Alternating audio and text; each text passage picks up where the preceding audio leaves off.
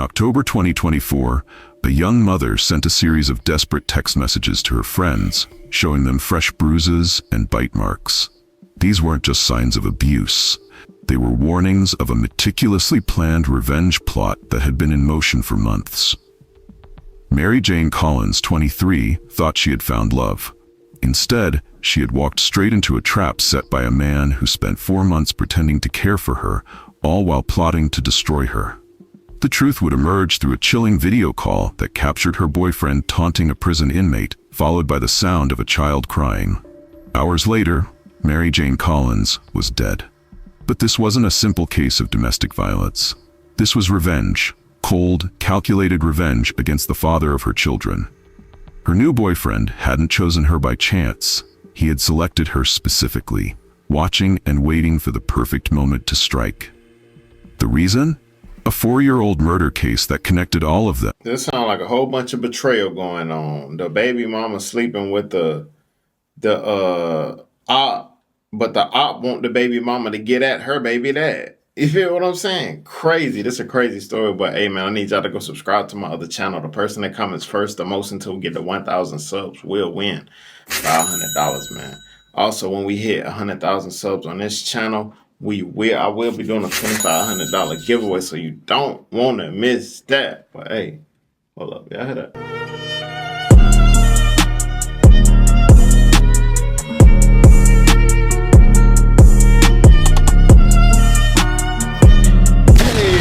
Back with another reaction. You feel what I'm saying? But yeah, man, we got this video. This seemed like a good one, but always remember, always set big goals. And all things are possible to them that believe, man. So hey, just believe in whatever it is you do, and you can do it. You feel me? But hey, I ain't gonna hold y'all for too long. Let's get to the video. In ways Mary Jane never knew until it was too late. Mary Jane Collins was more than just another victim. She was a devoted 23-year-old mother of 2 boys under 10. Living in Seabrook, Texas, she had recently moved into the Teakwood apartment complex, hoping to build a better life for her children.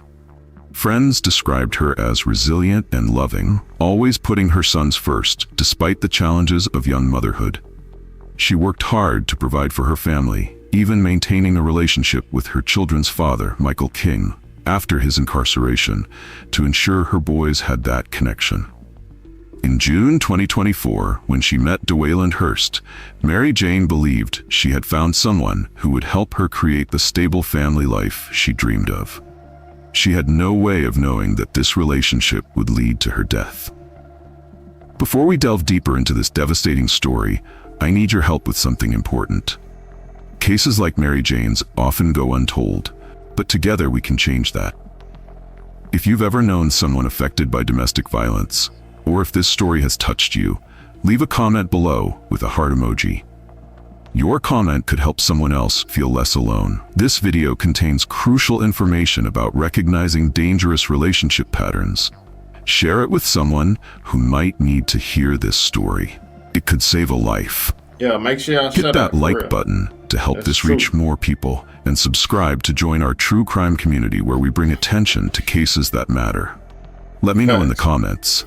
What would you do if you discovered someone close to you was in an abusive relationship? By early 2024, Mary Jane Collins had established a routine at the Teakwood apartment complex in Seabrook, Texas.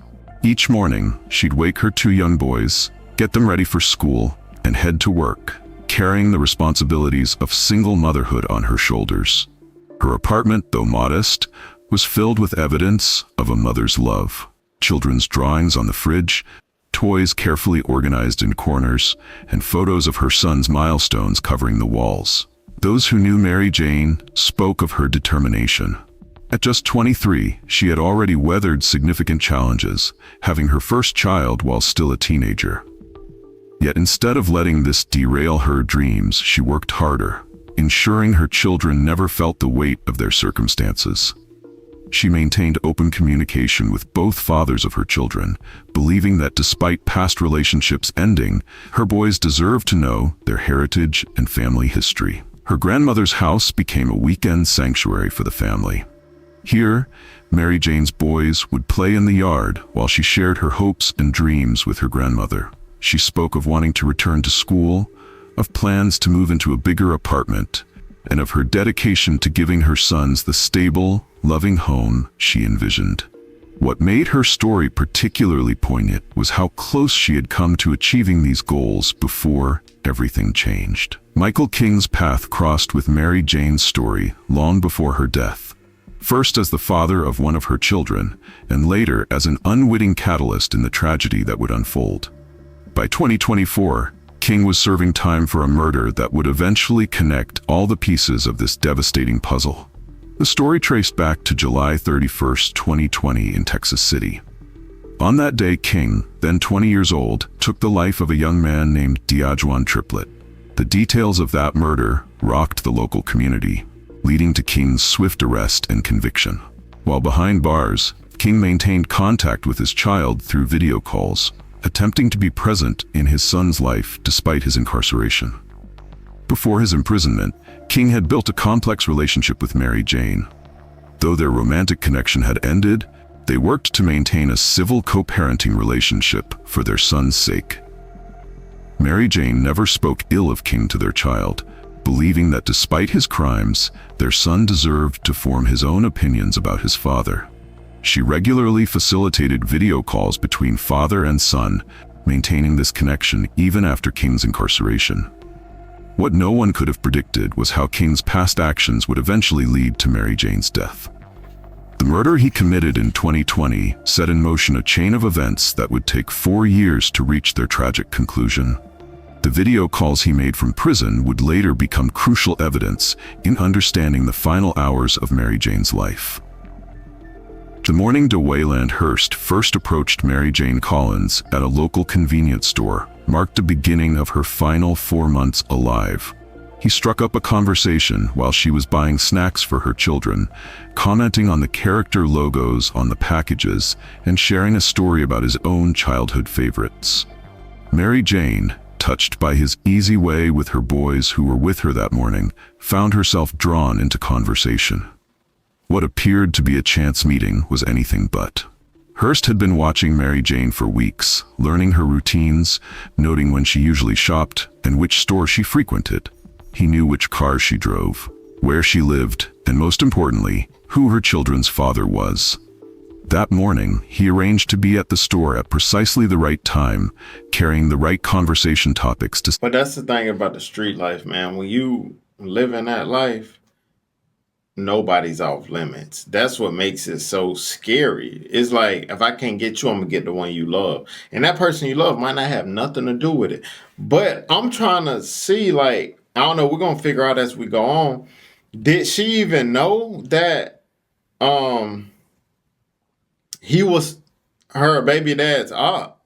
You know? But it's crazy how he was watching her. It's like a movie. Nigga watching every move she made. That's crazy, bro. Seemed relatable and safe.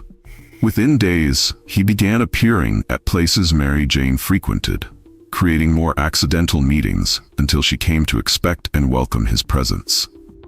The first months of Mary Jane and Hurst's relationship painted a picture of normalcy that fooled everyone around them. Hurst masterfully played the role of the devoted boyfriend, showing up at her apartment with home-cooked meals and offering to help with childcare. He'd sit through Disney movies with her boys, help with homework, and even volunteered to drive them to school. Friends observed how Hurst seemed to understand the challenges of dating a single mother. He respected when Mary Jane needed to focus on her children and appeared supportive of her maintaining a co-parenting relationship with her children's fathers. He even encouraged her to keep up the video calls between her son and Michael King, despite privately harboring his true feelings about these connections. On social media, Mary Jane shared photos of happy moments, Hurst teaching her eldest son to ride a bike, family picnics at the park, and quiet evenings at home. Her grandmother later recalled how Mary Jane had spoken of finally finding someone who understood that her children came first in her life. By late August, subtle changes in Mary Jane's behavior caught the attention of those closest to her.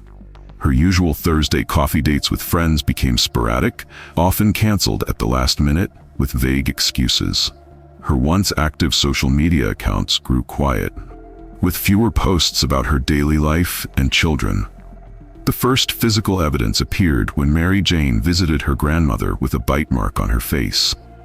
She brushed it off as a playful accident, but her grandmother noticed how she flinched when Hearst called during their visit. That same week, a friend spotted Mary Jane at the grocery store, wearing a long-sleeved shirt in 90-degree Texas heat. Text messages to friends began showing a pattern. Mary Jane would share photos of bruises or marks, followed quickly by messages asking them not to worry or tell anyone. She explained them away as accidents, bumping into doors, falling while cleaning, playing too roughly with the kids. But her friends noticed something else. These accidents only seemed to happen when Hearst was around. September brought a sharp escalation in Hearst's behavior that Mary Jane could no longer hide. During a birthday party for her youngest son, friends noticed how Hearst constantly hovered nearby, monitoring her conversations. When Mary Jane spent too long chatting with a neighbor, he grabbed her arm so hard it left finger-shaped bruises. Her phone calls to friends became whispered conversations from bathroom stalls or quick calls during her lunch break. In these moments, she revealed more disturbing details. Hearst had begun threatening her children, claiming he would hurt them if she told anyone about the abuse. She sent photos showing scratches across her back, bruises on her arms, and a swollen eye, each image accompanied by frightened texts begging friends not to call the police. Anytime women, bro, I'm telling you, I know it may be hard, but anytime you get in an abusive relationship, leave immediately.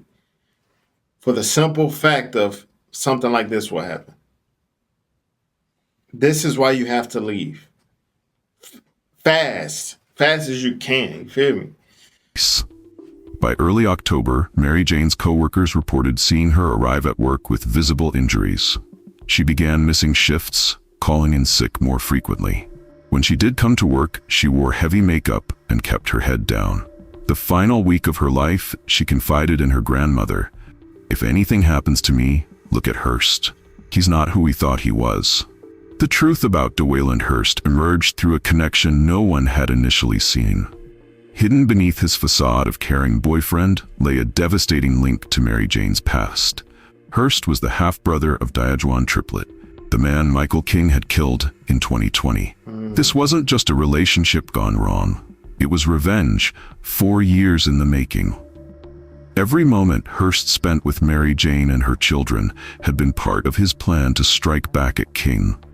He had deliberately sought out the mother of King's child, knowing that hurting her— That's crazy, because I ain't know that was his brother. This like a movie. Real talk, they need to make a movie of this. So her baby dad murked his brother, and he like, this is how he getting his get back. This crazy.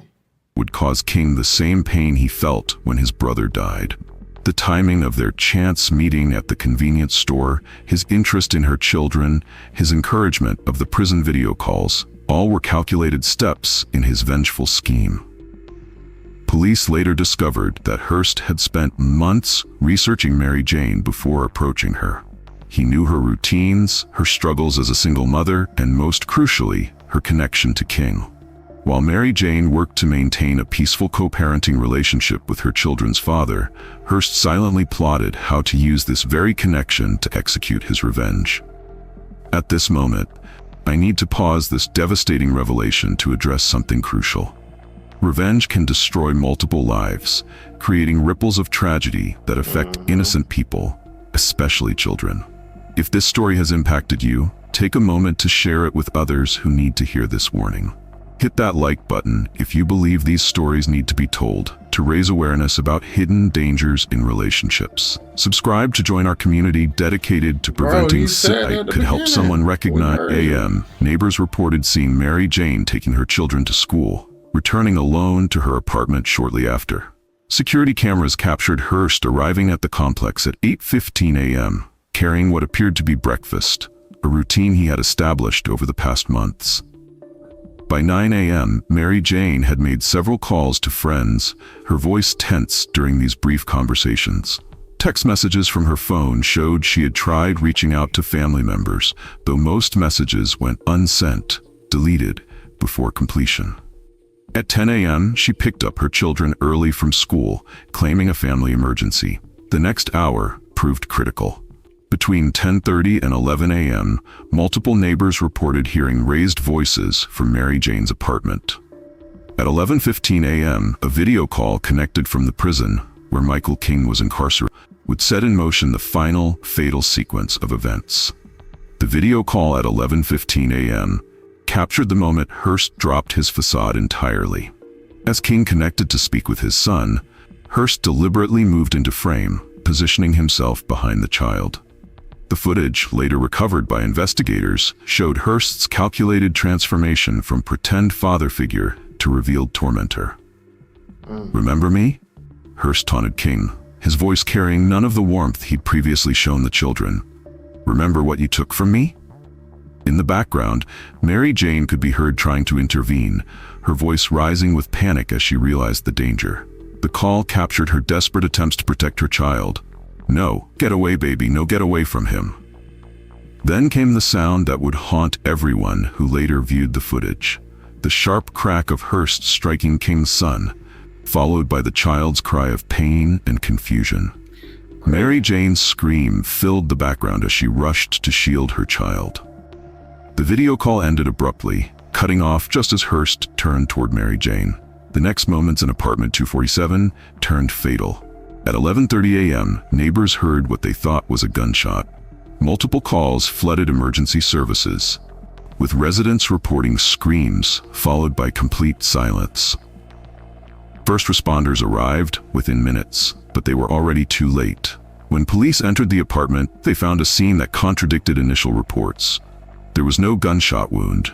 Instead, the Harris County medical examiner would later confirm that Mary Jane Collins died from blunt force trauma and a single stab wound. The murder weapon, a kitchen knife, was found in the sink, recently washed. The apartment showed signs of a desperate struggle. Furniture was overturned, a coffee table shattered. Mary Jane had fought for her life, evident from defensive wounds on her hands and arms. A broken phone lay in the corner, its screen cracked from impact. Her final attempted call for help never completed. The most chilling discovery came from the apartment's security camera footage. It showed Hurst leaving calmly through a back exit, taking an evasive path through neighboring properties. The most heartrending aspect of this tragedy was that Mary Jane's two young sons were present during their mother's final moments. Found huddled together, the boys had followed what their mother had screamed at them to do: hide and stay quiet. The older child, barely 9 years old, had covered his younger brother's ears and eyes, trying to shield him from the sounds coming from the living room. When officers found them, the older boy was still whispering comforting words to his brother, repeating what his mother had always told them: "Everything will be okay." The impact of witnessing such trauma would require long-term professional support for both children. The older son, who had watched the video call confrontation and his mother's desperate attempt to protect them, carried the additional burden of having seen Hurst's true nature revealed. Both boys were taken into the immediate care of their grandmother, who would later describe their night terrors and fear of closed doors. Their presence that day added another layer to Hurst's cruelty. He had chosen to act while knowing the children were home, making them witnesses to their mother's murder.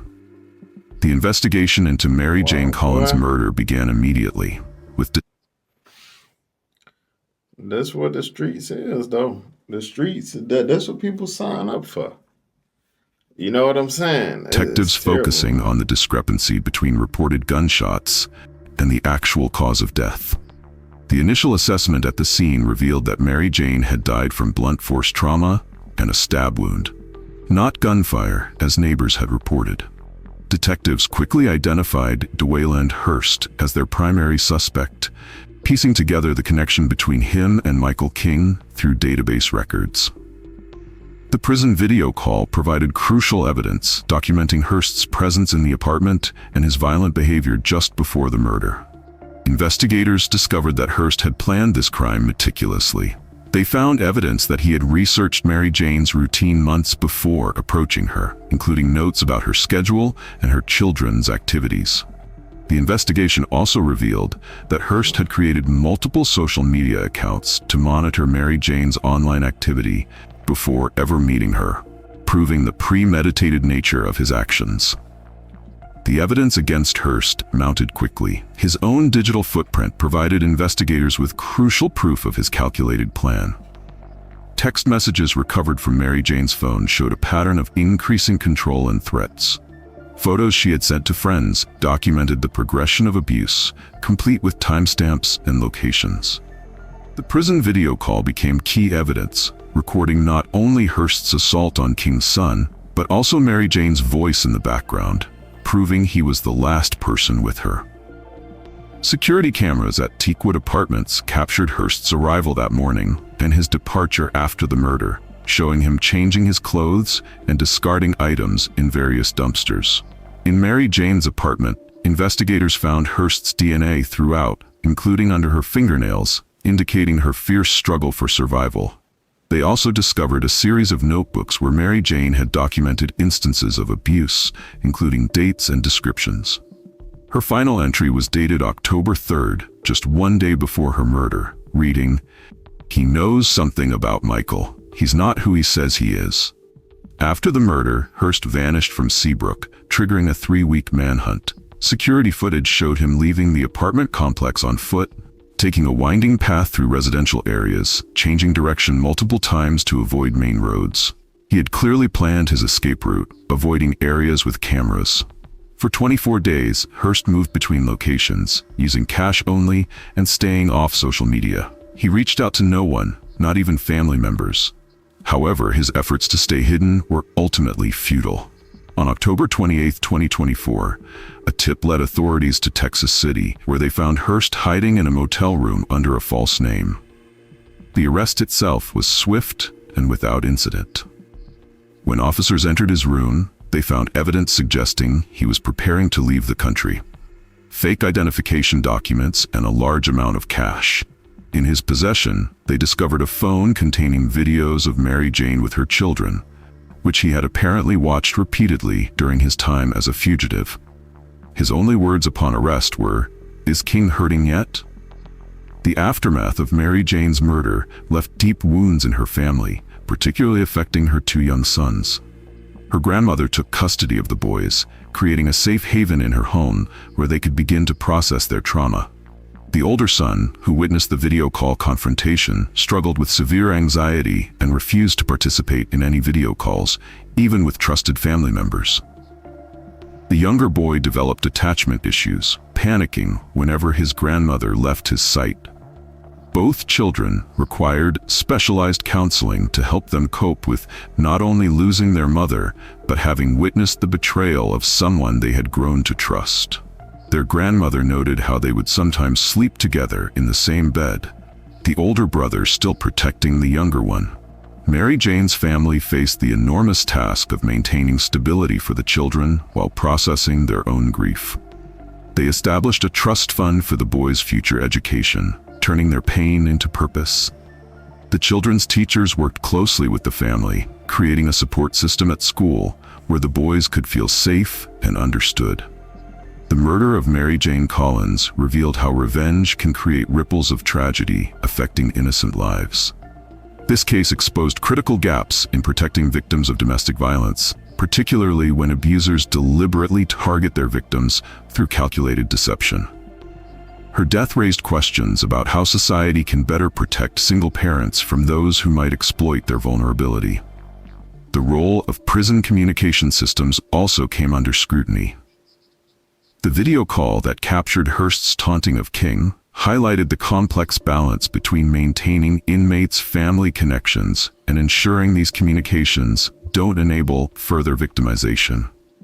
This led to discussions about improving monitoring systems and implementing better safeguards.